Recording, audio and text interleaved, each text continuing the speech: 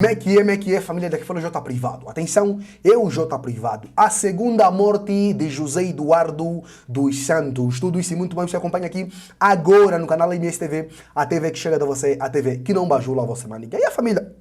Segundo escreve aqui o site Novo Jornal, por Reginaldo, né? É isso mesmo? Reginaldo Silva, é isto mesmo. A segunda morte de José Eduardo dos Santos. Olha, agora sim, é definitivo. Há cerca de 5 anos depois de ter deixado o poder, José Eduardo dos Santos também deixou na passada sexta-feira, dia 8 de julho, o nosso mundo. Há pouco mais de um mês de completar 80 anos de idade, dos quais 38 entre 1979 e 2017 foram consagrados à governação de Angola como o segundo presidente da sua história.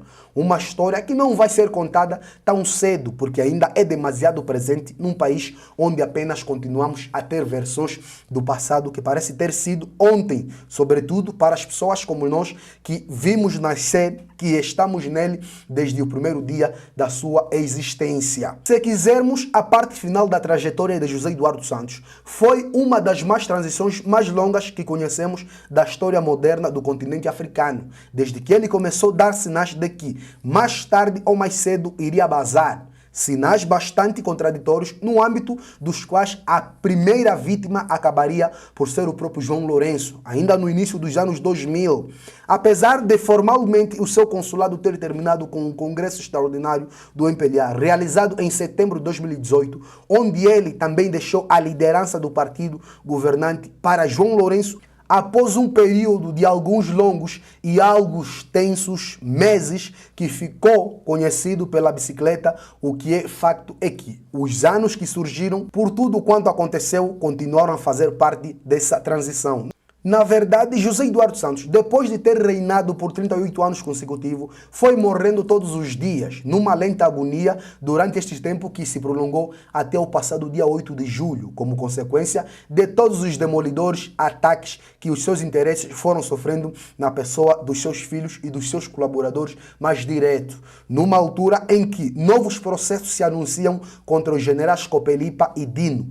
Esta segunda parte da transição já em modo de uma silenciosa omissão ou demissão. Foi de facto e mesmo de juro um prolongado sofrimento para quem mandou neste país como ele mandou, para quem distribuiu o bolo do rendimento nacional como ele melhor entendeu, chamando-lhe por vezes nomes estranhos como acumulação primitiva de capitais que mais pareciam códigos de operações secretas. Tirando a conferência de imprensa apenas com uma breve declaração e sem perguntas sobre o episódio dos cofres vazios, a sua já cada vez mais trêmula voz não voltou a ser ouvida mais nestes anos todos, apesar de se ter predisposto a ir a tribunal depor o que lhe foi acusado pelo juiz da causa, onde o seu filho Zeno dos Santos acabou por ser condenado no âmbito do processo aqui, segundo julgamos saber, ainda não transitou em julgado. Quando todos pensam que ele já tenha qualquer valor político, é a sua própria morte física que vem relançar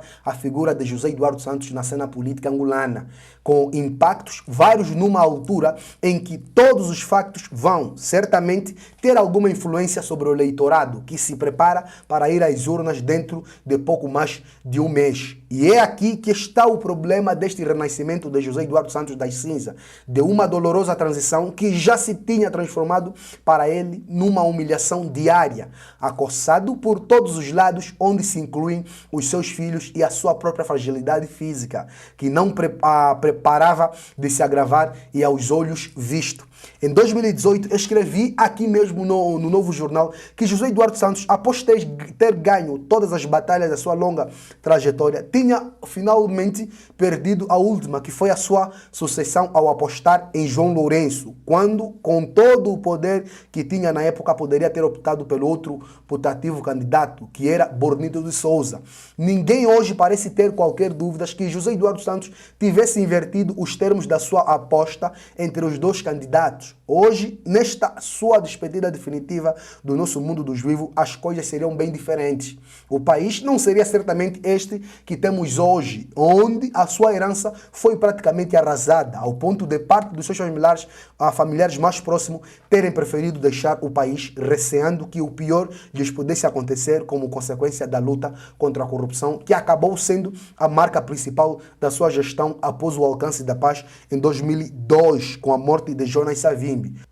Como prêmio de consolidação, e enquanto em Barcelona, onde ele faleceu, decorre uma estranha batalha para trasladar os seus restos mortais, temos agora a figura finalmente a ser homenageada em todo o país com honras devidas a um chefe de Estado, coisa que ele já não era. Os elogios que lhe estão a ser dedicados são tantos e tão generosos que as pessoas, sobretudo os seus camaradas de partido, parecem ter se esquecido que até bem pouco tempo José Eduardo Santos era para eles apontado como o grande responsável por todas as desgraças sociais que o país tem vindo a conhecer por mau uso dos seus recursos públicos. Pelos vistos, foi preciso morrer 2 vezes para que este milagre da redenção viesse a acontecer. Em termos mais populares, esta consolação pode ser vista nas ruas como manifestação de descontentamento contra João Lourenço por parte das Zungueiras, mas não só. Manifestações que, de certeza, estão a ser vistas com maior preocupação, né, no Estado-Maior da campanha eleitoral do MPLA, que foi a primeira a sentir pela negativa do peso desta morte. No Facebook, e numa tentativa de resumir toda esta movimentação, final de José Eduardo Santos, escrevi o seguinte: é obra. José Eduardo Santos foi dos poucos protagonistas que passou de bestial para besta, para depois voltar a ser novamente bestial. Mas para isso, teve de morrer, seja como for, ainda não é o tempo certo para contar as espingardas diante de tudo quanto ainda está por acontecer na sequência deste acontecimento fúnebre, né?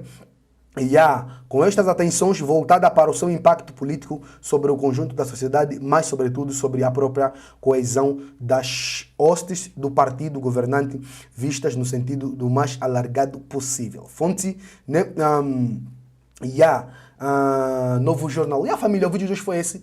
Já se inscrevam no canal, ativem as notificações, partilhem o vídeo, comentem porque estamos notícia. Você não sabe para nós, então é notícia.